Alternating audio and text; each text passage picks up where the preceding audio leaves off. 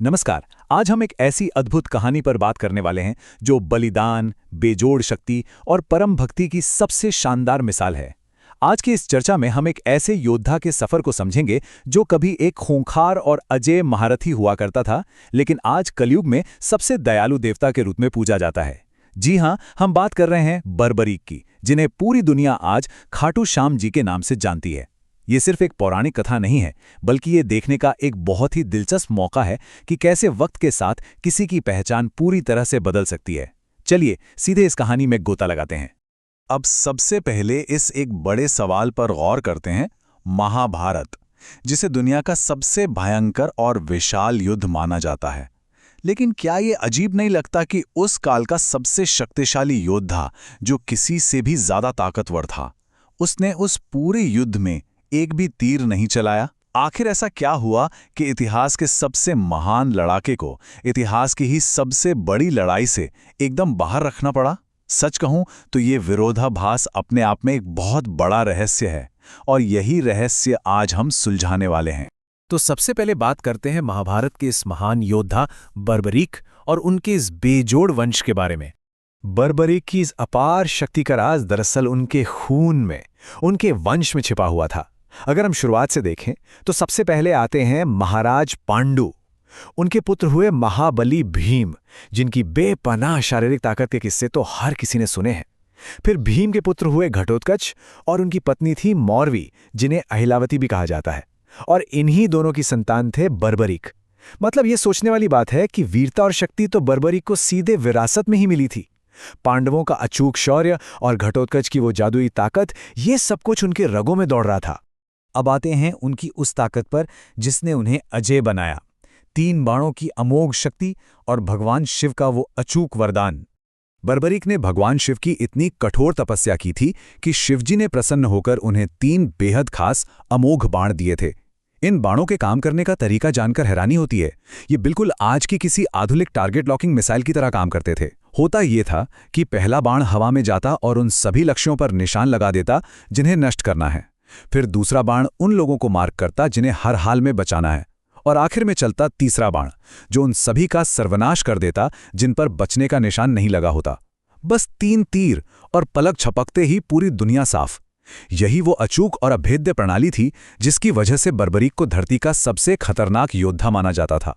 लेकिन कहानी में सबसे बड़ा मोड़ आता है उनके एक अटल प्रण से। बर्बरीक ने कसम खाई थी कि महाभारत के युद्ध में जो भी पक्ष हार रहा होगा, वो हमेशा उसी की तरफ से लड़ेंगे। सुनने में तो ये बड़ा न्यायपूर्ण और महान विचार लगता है ना? लेकिन इसमें एक बहुत ही भयंकर गणितीय दोष था। आइए एक पल के लिए कल्पना करें। जैसे ही बर्बरीक हारते हुए पक्ष की तरफ से लड़ना शुरू करते, उनके 3 बाणों की विनाशकारी शक्ति से सामने वाला मजबूत पक्ष हारने लगता।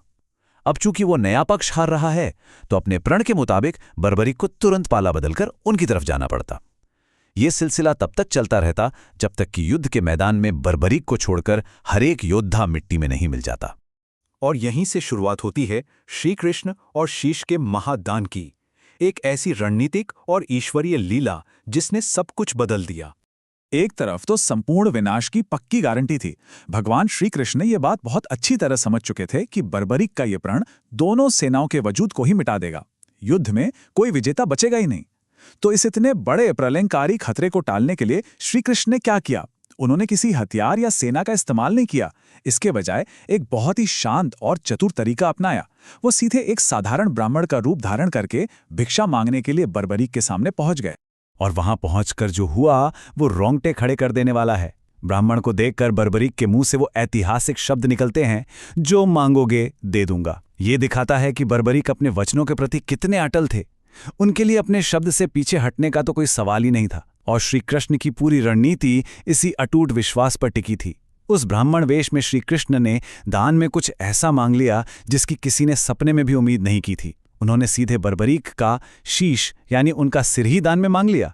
अपने वचनों की लाज रखते हुए बर्बरीक ने बिना एक पल की भी देरी किए, बिना किसी डर के अपना खुद का शीश धड़ से अलग करके भेंट कर दिया। ये विचारी सहरन पैदा करता है कि एक योद्धा को ऐसा बलिदान देने के लिए कितनी अटूट इच्छा शक्ति चाहिए होगी। एक ही पल में उस काल के सबसे महान योद्धा ने अपने ही हाथों से अपना अंत स्वीकार कर लिया, सिर्फ इसलिए ताकि इस सृष्टि का संतुलन बना रहे। उनके इसी अप्रतिम और सर्वोच्च बलिदान की वजह से उन्हें हमेशा के लिए एक बेहद श्रद्धेय नाम मिला, शीश के दानी। अब यहां से इस कहानी का रुख पूरी तरह बदल जाता है और उदय होता है कलयुग के श्याम बाबा का, वो सर्वोच्च वरदान जिसने इतिहास रच दिया।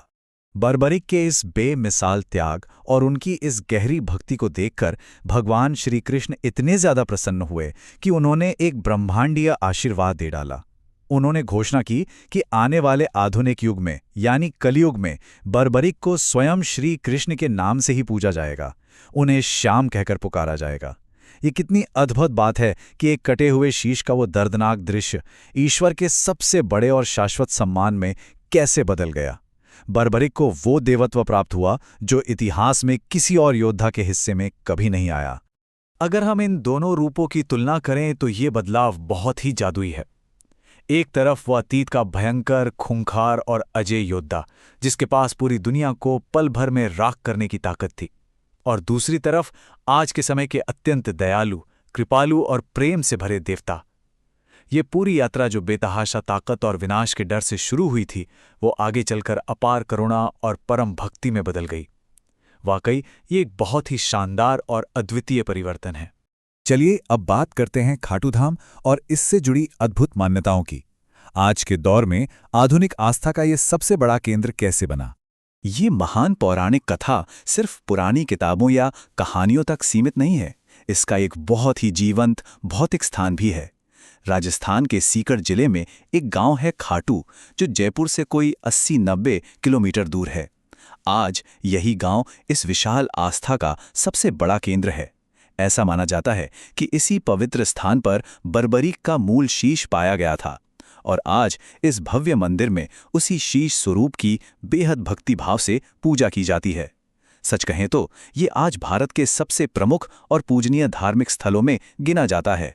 और आज के समय में ये आस्था एक विशाल जनसैलाब का रूप ले चुकी है। हर साल लाखों श्रद्धालु पैदल चलकर पवित्र निशान यात्रा निकालते हैं। यहाँ लगने वाले विश्व प्रसिद्ध फाल्गुन मेले की रौनक तो देखते ही बनती है, जहाँ आस्था का एक बिल्कुल अलग ही रंग झलकता है। भक्त अपनी अपार श्रद्धा दिखाने के लिए बाबा को लाल गुलाब के फूल, सुगंधित इत्र और उनके सबसे प्रिय चूरमे का खाल भोग लगाते हैं। ये सारी परंपराएं, ये अनुष्ठान आज लाखों करोड़ों लोगों को एक साथ जोड़ने का एक बहुत ही खूबसूरत जरिया बन गए हैं। अब आते हैं इस पूरी कहानी के सबसे भावुक पहलू पर, हारे का सहारा, पराजितों के रक्षक। ये देवता आज अनगिनत लोगों के दिलों में इतनी गहराई से क्यों बसे हैं, इसका कारण बड़ा सीधा और दिल को छू लेने वाला है। ये माना जाता है कि जो भी व्यक्ति अपने जीवन में हार, दुख, परेशानी या घोर निराशा से टूट चुका होता है, उसके लिए खाटू श्याम एक मजबूत आध्यात्मिक संबल बन जाते हैं। सच्चे मन से पुकारने पर वो मानसिक शांति देते हैं, अधूरी मुरादें पूरी करते हैं और जीवन में खोई हुई खुशियां वापस ले आते हैं। आज की इस भागदौड़ भरी जिंदगी और रोजमर्रा की हार के बीच ये कथा लोगों को एक बहुत बड़ा मनोवैज्ञानिक सहारा देती है। ये इस बात का पक्का विश्वास दिलाती है कि जब दुनिया में कोई भी साथ न दे रहा हो, तब भी एक अदृश्य सहारा हमेशा मौजूद है। और इसी असीम कृपा और दया भाव के चलते भक्तों ने प्यार से उन्हें कई अलग अलग और खूबसूरत उपाधियों से नवाजा है। कोई उन्हें लखदातार कहता है, जो लाखों में खुशियां लुटाते हैं। कोई शीश के दानी कहता है, जिसका मतलब तो अब हम गहराई से समझ ही चुके हैं। इसके अलावा खाटू नरेश यानी खाटू के राजा, सांवरिया सेठ और बड़े ही प्यार से पुकारे जाने वाले श्याम बाबा, इनमें से हर एक नाम उनके व्यक्तित्व के एक अलग रंग और उनकी कभी खत्म ना होने वाली करुणा को दर्शाता है। और अगर इस पूरी शानदार यात्रा का सार निकालना हो, तो वो इस एक बेहद शक्तिशाली और मशहूर जयकारे में सिमट जाता है, हारे का सहारा बाबा श्याम हमारा। असल में ये सिर्फ कुछ शब्द या कोई नारा नहीं है, बल्कि करोड़ों लोगों के लिए एक उम्मीद की किरण है। ये कहानी हमें सिखाती है कि दुनिया की सबसे बड़ी जीतें अक्सर सबसे बड़े और निस्वार्थ बलिदानों से ही जन्म लेती हैं। तो अगली बार जब जिंदगी में कभी कोई बड़ी हार सामने आकर खड़ी हो जाए, तो एक पल ठहरकर यह विचार जरूर किया जा सकता है कि क्या पता ये हार किसी बहुत बड़ी, किसी बहुत ही अद्भुत जीत की बस एक शुरुआत भर हो।